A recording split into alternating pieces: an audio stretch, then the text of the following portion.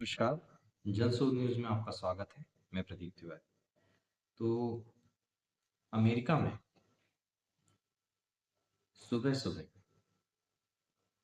जो white house है, white house DC है, इसके पास में 2 जो सबसे सुरक्षित कोस्ट गार्ड कहे जाते हैं, उनके जो स्पेशल फोर्स थे, उनके 2 लोगों को डायरेक्ट अटैक किया गया। पहले उनके मरने की खबर आई थी, मगर बाद में नेशनल गार्ड के जवानों पर केवल गोलियां चलने की और उनके हॉस्पिटलाइज या उन्हें अस्पताल भर्ती होने की खबर है। अभी फिलहाल वो गंभीर हैं और उनकी मौत की खबर की पुष्टि नहीं की गई है और कहा जा रहा है कि उनकी अस्पताल में इलाज चल रहा है। अब ये जो सारा मसला हुआ है, इस पर ट्रम्प प्रशासन पर सीधे उंगली उठ गई। हालांकि उनकी जो विदेश नीति है और सुरक्षा की जो पूरी योजना है, जो उनका व्यू है, उसको लेकर विपक्षी अक्सर उनका विरोध करते रहे हैं और इस पर जो है तीखी प्रतिक्रिया भी आती रही है। मगर अब यह करंट घटनाक्रम उस जो एक प्रकार का विरोधाभास है, जो अ, अमेरिका की राजनीति है, उसे कहाँ तक ले जाएगा, ये तो आने वाला समय बताएगा। फिलहाल ट्रंप ने सारी सुरक्षा एजेंसियों को इसे बहुत गंभीरता से लेकर इसकी जांच करने का आदेश दिया है। टेररिस्ट अटैक के दृष्टिकोण से भी इसकी जांच की जा रही है। अब उस सब में क्या निकलता है, ये आने वाला समय ही बताएगा। मगर अगर इसमें टेररिस्ट गुट मिलता है और यह कोई टेररिस्ट एक्टिविटीज निकल कर आती है, तो आपके लिए गंभीरता का जरूर प्रश्न होगा, क्योंकि तब फिर हम मान के चलेंगे कि जो टेरर का इंटरनेशनल एक जो नेटवर्क डेवलप हो रहा है, और अब इसके लिए जो बड़े बड़े देश हैं, वो टारगेट, अमेरिका पहले भी टेररिस्ट अटैक और टेररिस्ट के टारगेट में रहा है, मगर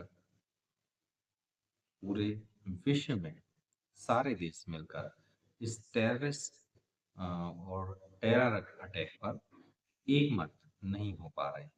आज भी खुद अमेरिका भी 13 आतंकवाद और मेरा आतंकवाद को अलग अलग कैटेगराइज करके देखता है और अपने फायदे के लिए कभी कभी तो इनका इस्तेमाल भी करता है, जैसा कि वो पाकिस्तान में कर रहा है।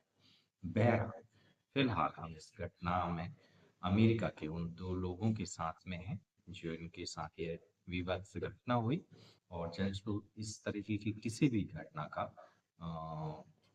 बहुत विरोध करता है, क्योंकि इस तरीके की कोई भी कायराना हरकत लोकतांत्रिक देशों के लिए सही हो नहीं सकती। लोकतांत्रिक तरीके से अ, इसमें इसे अ, आप सही आप कह नहीं सकते। अब इस सारी में जो प्रक्रिया है, जो वहाँ अटैक हुआ और उसके बाद में जो सिक्योरिटी और सिक्योरिटी के क्लॉज बढ़ा दिए गए, उस सब से अब भारतीयों को क्या परेशानी होने वाली है, इस पर एक गंभीर प्रश्न खड़ा हुआ है। प्रश्न तो भारतीय जो वहाँ पर रह रहे हैं, कुछ स्टूडेंट हैं, कुछ सर्विस में हैं और कुछ पेशेवर प्रोफेशनल्स भी हैं, तो उन पर क्या प्रभाव पड़ने वाला है, इस सब पर बहुत गंभीरता से बात करने की आवश्यकता है और भारत सरकार को इसमें तुरंत एक्शन लेने की आवश्यकता है, क्योंकि कहीं ना कहीं अमेरिका के जब बात आती है तो भारत का जो पक्ष है थोड़ा कमजोर और डामाडोल सा नजर आता है। भारत के जो अमेरिका के साथ हैं, अनेक तरीके के संबंध भी हैं। उसमें आतंकवाद रोधी एक्शन भी है, सिक्योरिटी के भी मसले हैं, और भी कई मसलों पर भारत और अमेरिका एक साथ काम करता है। और जहाँ तक जो अभी प्रिलिमिनरी डेटा के रूप में निकल कर आया है कि वह जो अटैकर था वो अफगानिस्तान का नागरिक था, तो अफगानिस्तान में भी अमेरिका और भारत एक साथ काम कर रहे हैं। मगर फिर भी अमेरिका जो तेरा आतंकवाद और मेरा आतंकवाद को आज भी अ, वो उसी तरीके से काम करता है, और भारत इसके लिए अभी तक उसे राजी नहीं कर पाया। हालांकि भारत खुद अपने आप में अब इतना सक्षम हो चुका है कि वह अपने देश के आतंकवाद से निपट सकता है, और अमेरिका सहित किसी भी देश की भारत को आवश्यकता है भी नहीं। मगर फिर भी टेररिस्ट अटैक और टेरर पर एक सर्वानु जो सहमति है वह बनाने में अमेरिका का दृष्टिकोण और भारत की कमजोरी दोनों उसमें एक प्रभावी भूमिका अदा की। ये हमें हमला जो है वो ये बताता है कि जो एक प्रकार का कट्टरपंथी प्रेरित आतंकवाद है या राजनीतिक हिंसा से प्रेरित आतंकवाद है, वह कभी भी भयावह हो सकता है, और वह अमेरिका जैसे सुरक्षित और पावरफुल देश में भी अपनी दहशत जमा सकता है, जैसा कि 26/11 में पहले हो चुका है।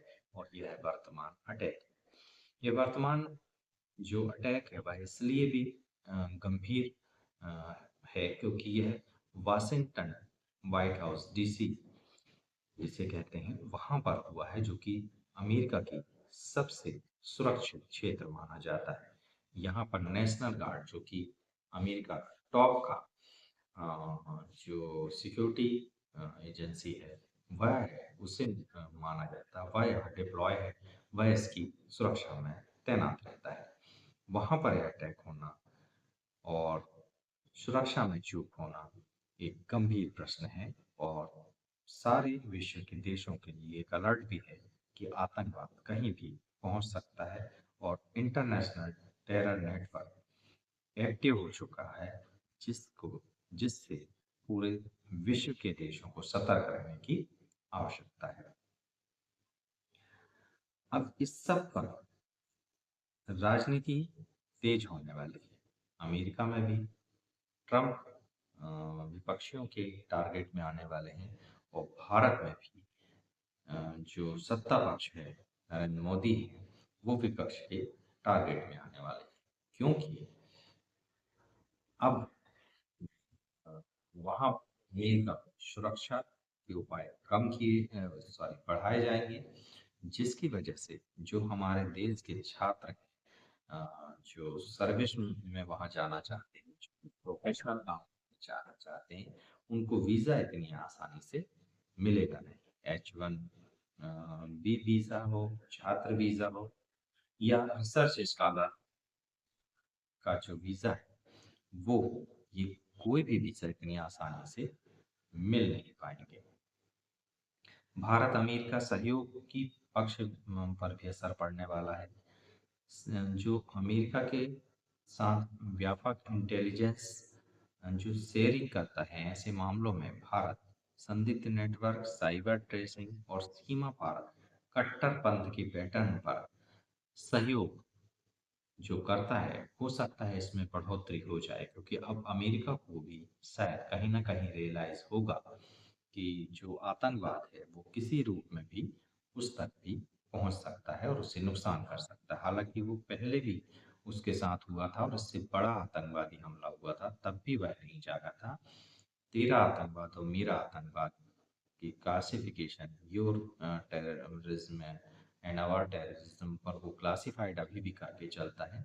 कितना सुधरेगा ये आने वाला समय बताएगा। आने वाला जो 48 घंटे है और आने वाला जो पूरा एक सप्ताह है, यह पूरे विश्व में आतंकवाद के खिलाफ लड़ाई की दिशा और दशा दोनों तय करने वाला है।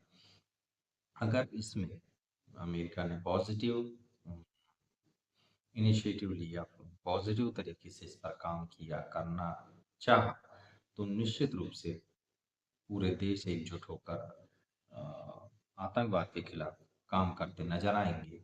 नहीं तो अमेरिका अपने सुरक्षा मानकों पर काम कर कर ही इसको पूरा एफिशिएंट कर देगा और जो ये आतंकवाद का जहरीला इंटरनेशनल नेटवर्क है, वो पूरे विश्व को अपने आतंकवाद के जो आगोश में ले लेगा, जो सारी मानव जाति के लिए त्रासक होगा।